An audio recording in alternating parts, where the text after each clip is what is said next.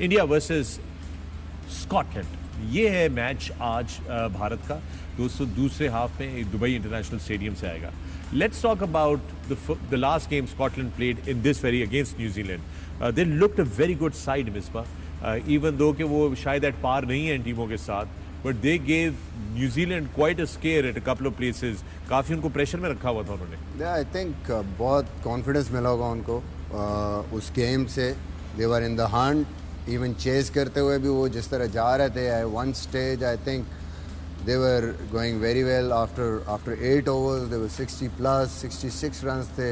एक आउट था, दूसरा आउट हुआ। At that time I thought कि बड़ी अच्छी पोजीशन थी उनकी, और उसके बाद विकेट्स लूज करें। वही चीज़ कि इन एक्सपीरियंस थोड़ा सा उस पर, बट आई थिंक ऑर्डर में भी लिस्ट को लेट भेजा इन्होंने। वो नॉर्मली पिछले मैचों में भी लेट आए हैं, but they were in form. वो नीचे ग्रीव्स और वो they could have promoted them. वो इन बिटवीन जो मेरे ख्याल में 7वें से 15वें ओवर तक थोड़ा सा मोमेंटम लूज़ कर गए, जिसकी वजह से वो गेम उनके हाथ से निकल गई। बट आई थिंक ओवरऑल जब आप ऐसा मैच खेलते हैं, that gives you a lot of confidence as a team. जैसे आप जाते हैं कि हाँ हमारा चांस बन गया, हम we can. So I think they will be looking for that sort of opportunity. कहीं भी अगर मौका मिले बड़ी टीम्स के खिलाफ, कोशिश करेंगे कि हम अगर कोई एक मैच भी जीत सकते हैं, तो I think that will be a big thing for them going back.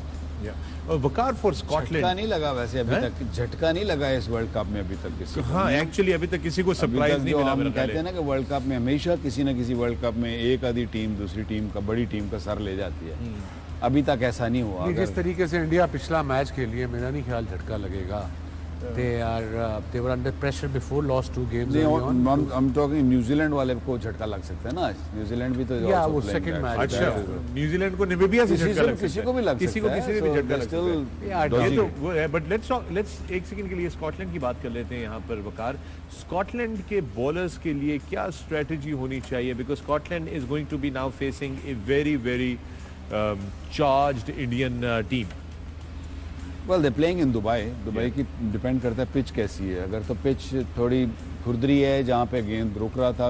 हमने मिक्स बैग देखा है दुबई में, स्पेशली अबू धाबी में। प्रॉबली T20 के लिए सबसे अच्छी पिचेस हमने अबू धाबी में देखी हैं। शारजा में लो स्कोरिंग पिचेस देखी हैं जहाँ पे इतना बॉल बल्ले में नहीं आता, ऑड गेम बड़ा स्कोर हुए हैं। लेकिन दुबई में मिक्स बैग देखा है कि दुबई में हमने देखा कि न्यूजीलैंड ने बड़ा स्कोर भी टाँका, और उसके ऊपर से स्कॉटलैंड कर भी चली थी almost. So we don't really know कि कैसी पिच मिलेगी। अगर पिच ऐसी मिलती है कि जहाँ पे थोड़ा बहुत होएगा, तो फिर cutters I think will be big thing कि आपको उस पे रहना पड़ेगा। और फिर उनका जो मार्क वॉट है, I think he is gonna be the key again, जिसकी एवरेज, जिसका strike rate is been superb in this World Cup. वहाँ India obviously they are the favourites. जिस तरीके से उन्होंने लास्ट मैच खेला है, दे शोड के they have that capability and that was against Afghanistan as well. मज़े की बात यह है कि ये ग्रुप जो है वो 3 टीमों में बड़ा इक्वली इस वक्त जो है वो टक्करदार मुकाबला डिवाइड हुआ हुआ है। न्यूजीलैंड को आज जीतना है और मेक श्योर करना है कि वो अच्छे रन रेट से जीते।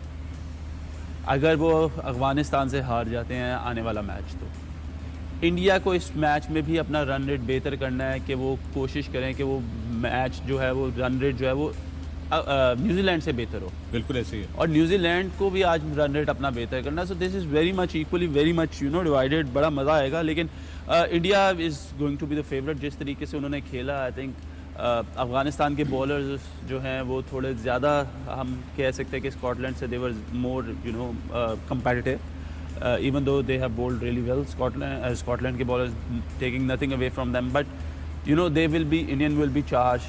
They will take the chances. हमने ये भी देखा है कि उनके players interviews भी दे रहे हैं और they know they have to win this game with a big margin. So probably we will see another high scoring game or a chase, whether in 10 overs or under 10 overs.